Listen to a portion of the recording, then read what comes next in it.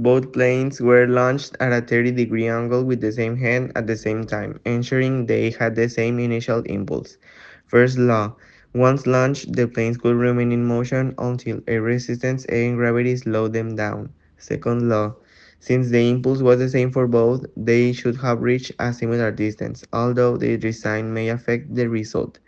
Third law: the force applied to the planes had an opposite reaction in the air, generating lift and drag. The launch angle was reduced, this time throwing the planes at 20-degree angle, and the first law is the initial direction and speed determine the plane's trajectory.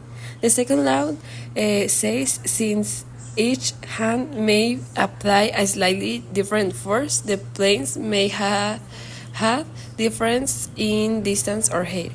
And for the third law, the air's reaction on each plane may have been different due to variations in the force applied by each hand. The planes were launched at a very steep angle, almost vertical at 75 degrees.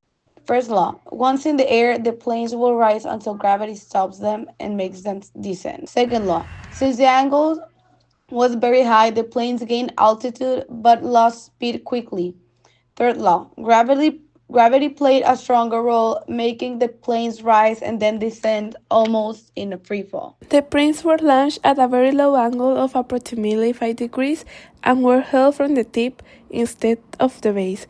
First law: since the angle was almost horizontal, the planes attempted to fly in a straight line, but air resistance and gravity affected the trajectory.